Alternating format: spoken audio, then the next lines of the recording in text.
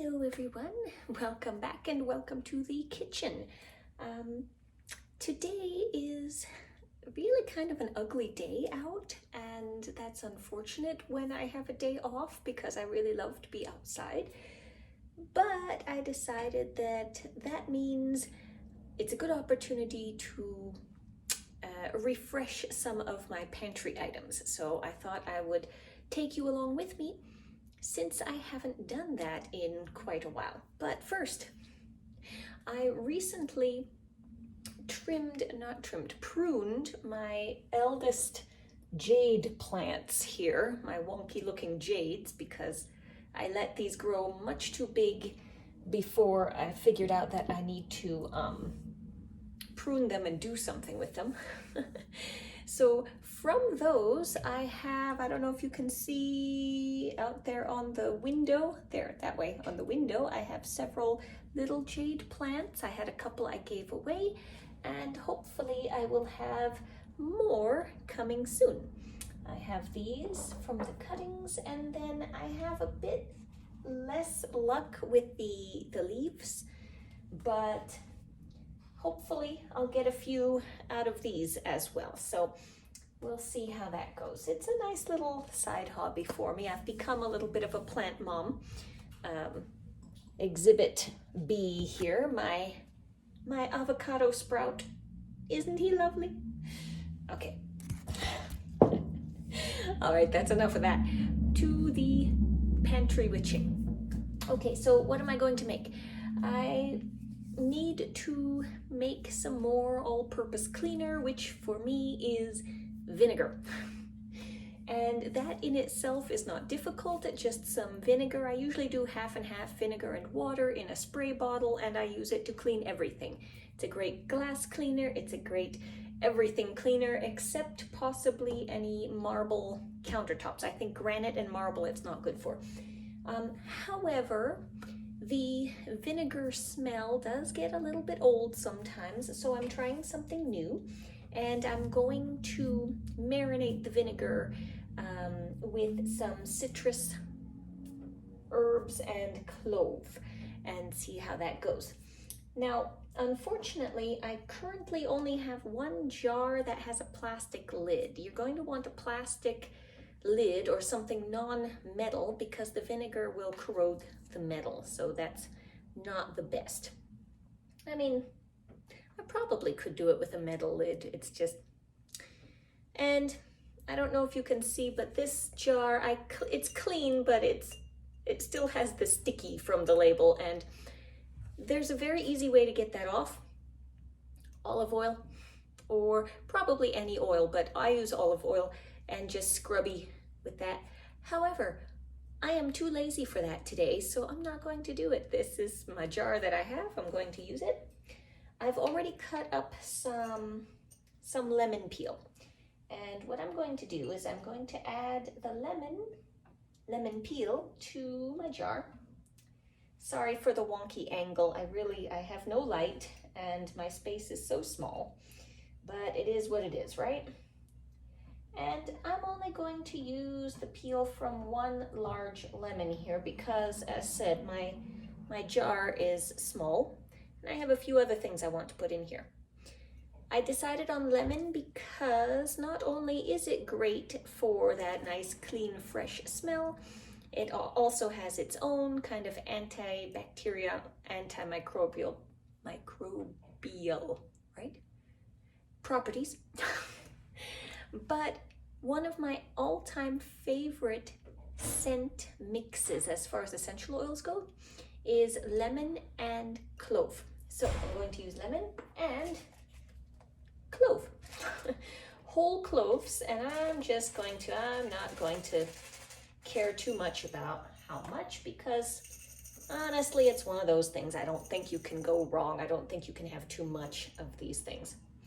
And also for its antiseptic, antimicrobial, all of that good stuff properties, I got some sage, some fresh sage on Manager Special at the market.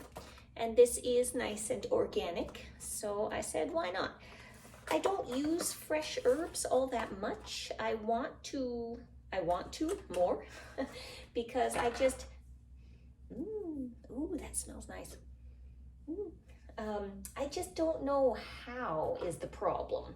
So this looks like a bit much. So what I'll probably do is just grab the leaves off of here and not all of the stalks. I would probably use more if I had a bigger jar, but for right now, I'm just going to put a bit in there. I don't want it to be too overwhelming, but it's not as though I'm going to use this sage probably for anything else. So I'll put the majority of it in this jar. Maybe I experiment with this one. I'll try drying it out. I have sage, I have culinary sage, but maybe I try drying it and putting it in something else, some incense or something. Okay, let's see, how does that look? Does that look like a decent amount, hopefully? And then all I'm going to do is I'm going to top this off with vinegar and cover it up. And then I will leave it under the sink for a couple of weeks, probably until I get back. I'm going to be visiting with my sister and my nieces. So that's gonna be maybe more like 3 weeks, but so it gets a little bit more marinating. All right, let me put the vinegar on top and I'll be right back.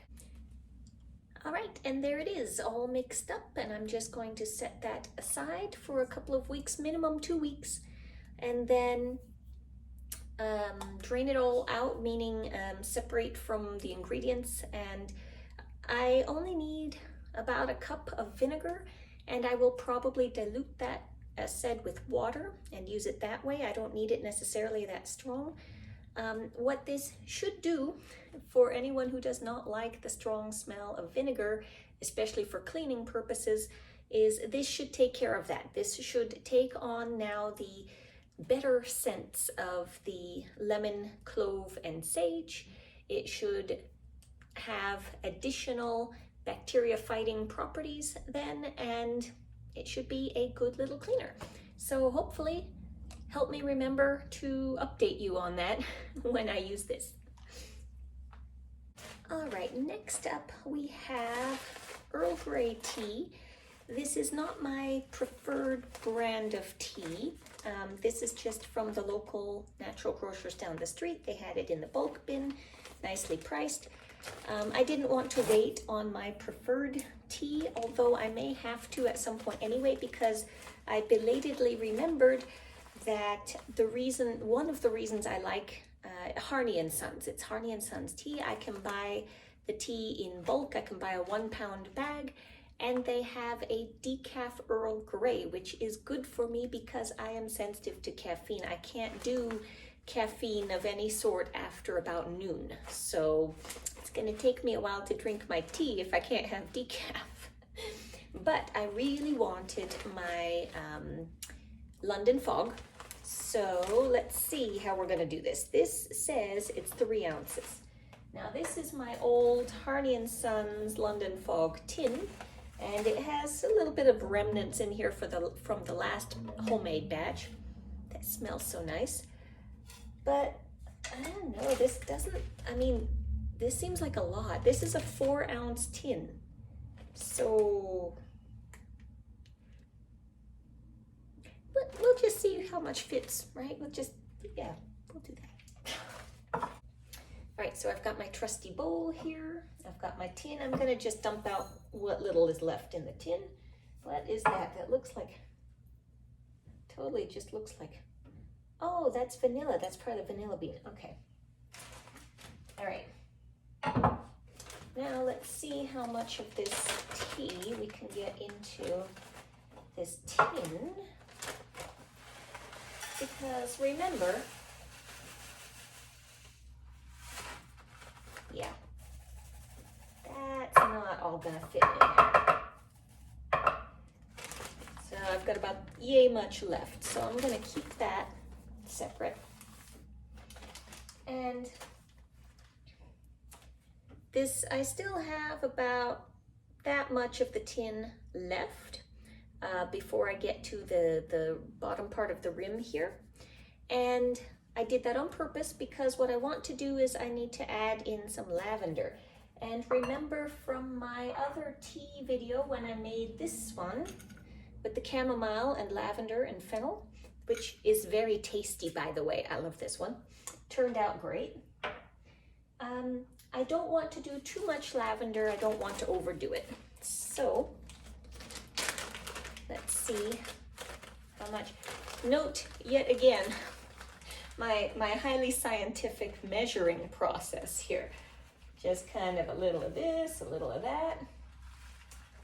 And I'm surprised this bag of lavender has lasted me a long time, and I need to be a little careful because they haven't had much for my bulk items recently. Okay, so we're gonna call that good. Let's see how much that is. There you go. Now, the only other thing we need is vanilla. So I ended up finding this one at the market, and I am going to use an entire vanilla bean because it's probably overkill, but vanilla is a very light flavor, light scent, light flavor, and I don't think I can go wrong with it. I love vanilla, so it's not going to bother me if it's a bit much. I am going to try and keep this closed up as well as I can because this will dry out and then it'll get really tough to try and chop. Now, all I need to do with this is just chop it up. Just chop up the vanilla bean, and I will be adding it to the tea. Now, the last time I did this, I did open up the vanilla bean, try and scrape out the vanilla, scrape out the little seeds. Honestly, I'm too lazy for that. It was way too much effort. And I really don't think it made that big of a difference because what the vanilla does in this tea is really just, it infuses it with a scent, more of a scent than a flavor. And it's flavorful as well, but really I mean, you're going to get everything in the tea no matter what, just by how it's made. So I'm just going to chop it nice and fine. Sorry, I have a very tiny counter and my cutting board does not quite fit. All right, and I'm going to put all of this into my tea.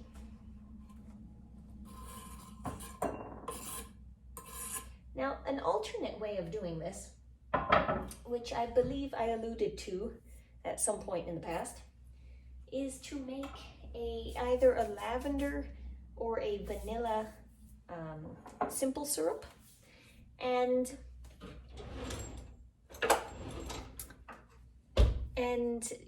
flavor your tea that way. That way, all you have to mix up, all you have to actually make is the black tea. Or black tea plus whichever item you didn't make the simple syrup of. But you could even do a lavender and vanilla syrup. Honestly, you can do it however you like, because all you're doing is adding the flavor to the tea, and then you're going to make the tea and add some milk. You could do steamed milk, or you could do something like what I discovered when I lived in Spain for a year, in the region of, especially I believe the region of Granada, where you still have a lot of the Moorish influence. There is, I think they called it Turkish tea or Kashmir tea, which is tea steeped in boiled or warmed milk. So you don't want to scald the milk, but basically you would make the tea in the milk instead of adding milk to tea. So that's another way you could do it.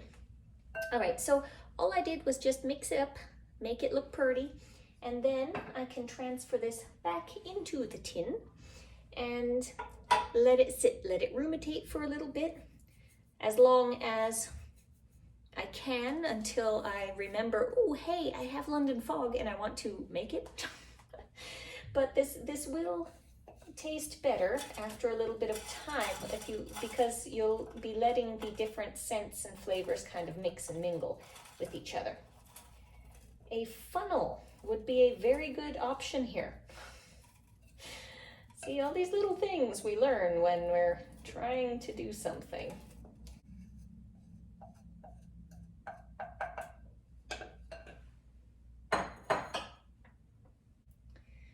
All right, and a little side note, if you give the tin a little tap, everything will settle nicely and give you more space in the tin so it's not right up against the top. All right, smells nice already. I don't know if you can see that. Isn't it lovely? I'm going to just go ahead and put the cap back on the tin, and then we're all set for tea time. All right, so that was just a couple of little things. Let me know if you are interested in tea at all. I have a slight interest in it, and I'm a little bit picky in preparing tea. If you'd like to know more about that Kashmir style tea or Turkish tea, then let me know, and we can certainly do a little tea time on the channel if you like. So thanks for joining me, and I will see you again soon. Blessed be everyone.